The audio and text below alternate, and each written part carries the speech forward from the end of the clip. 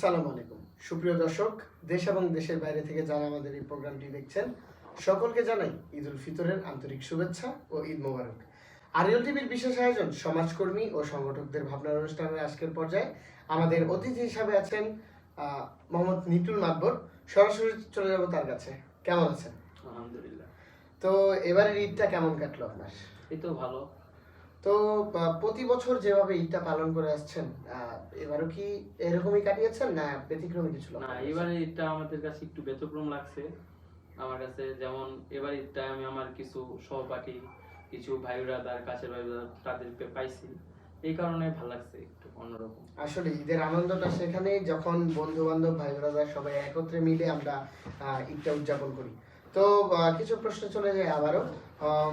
বিভিন্ন সমাজ সেবামূলক কর্মকাণ্ডের সাথে অনেক সময় আপনাকে দেখা যায়, এই যে মানুষকে সেবা দিয়ে আসছেন, মানুষকে সেবা দিতে পেরে আপনার কেমন লাগে? অবশ্যই মানুষের সেবা দিতে পারলে নিজের কাছেও ভালো লাগে। যেমন সবচেয়ে বড় একটা আমার জিনিস ভালো লাগে, আমি রক্ত দিই। এই পর্যন্ত রক্ত 5 বার দিছি, কিন্তু রক্ত দিতে পারলে মনের একটা তৃপ্তি পাওয়া যায়। একটা মানুষকে একটা সেবা করতে পারলে, একটা কিছু দিয়ে উপকার করতে পারলে নিজের কাছে ভালো লাগে। তো এই জিনিসটা আমার কাছে খুব ভালো লাগে, এই জিনিসটা আমি দেই। এটা আমি খুব ইন্সপায়ার হই এই জিনিসটা থেকে আরো। আচ্ছা আচ্ছা, একজন স্বেচ্ছাসেবীর আসল প্রাপ্তি কিন্তু মানুষকে সেবা করার পরে মানুষের যে আনন্দ মাখা মুখটা, একজন স্বেচ্ছাসেবীর সেই সার্থকতাটা ওইখানেই। তো আরিয়লের কৃতি সন্তান আপনি, যেহেতু আরিয়লেই বড় হয়েছেন, আপনার কাছে জানতে চাইবো যে আরিয়লের কোন কোন বিষয়টা পরিবর্তন হলে আমাদের সমাজের জন্য একটু ভালো হয়? আরিওলের সবচেয়ে বড় এখন সমস্যা একটা মাদক। এই জিনিসটার পরিবর্তন আনা দরকার। এটার জন্য আমাদের সর্বোচ্চ চেষ্টা করা দরকার। আমাদের যে যুব সমাজ আমরা আছি, এটার বিরুদ্ধে আমাদের দাঁড়াইতে হইব। কেউ যদি একা হাতে দমন করতে চায় তাহলে পারবো না। তাহলে তো আমাদের সবার একত্রে আসতে হইব, সবার সহযোগিতা লাগবে, তাইলে এটা দমন হওয়া সম্ভব।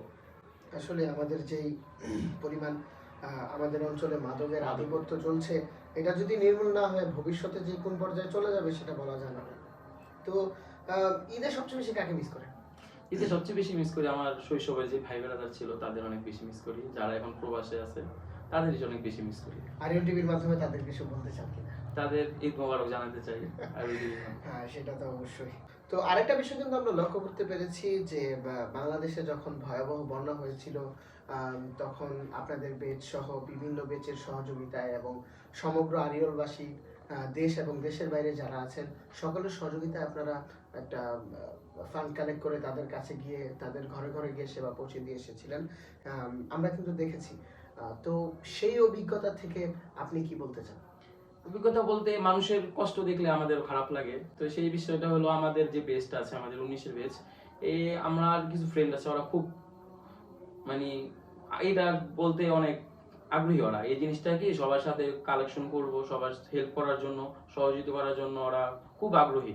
তো ওদের সবার গুরুত্বপূর্ণ একটা আগে আমরা করি, চিন্তা ভাবনা করি কিভাবে করলে এটা ভালো হয়। আমরা প্রতি 2 বছর যে বন্যা হলো, 19-এর বেঁচে থেকে প্রায় 1.5 লক্ষ টাকার মতো করছিলাম। তো আমাদের দিক থেকে সংগঠন ছিল অনেক ভাই, তারা মিলে 5-7 লক্ষ টাকার মতো নিয়ে তারা রংপুর চলে গেছিল ওই বন্যার্থদের সহযোগিতা করার জন্য।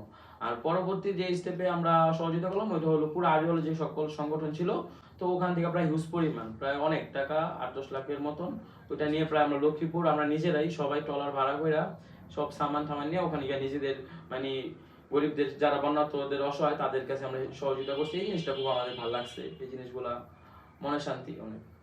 আচ্ছা, ভবিষ্যতেও এরকম কার্যক্রম চালিয়ে যেতে চান? অবশ্যই ভবিষ্যতে এরকম দুর্যোগপূর্ণ সময় আসলে ইনশাআল্লাহ আমাদের পাশে পাইবো।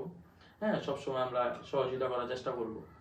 যেহেতু সমাজকর্মী ও সংগঠকদের ভাবনা অনুষ্ঠানে আপনি এসেছেন, তো আপনার এই সাংগঠনিক বা এই সমাজ নিয়ে আপনার সেবা দেওয়ার মতো কি চিন্তা ভাবনা আছে?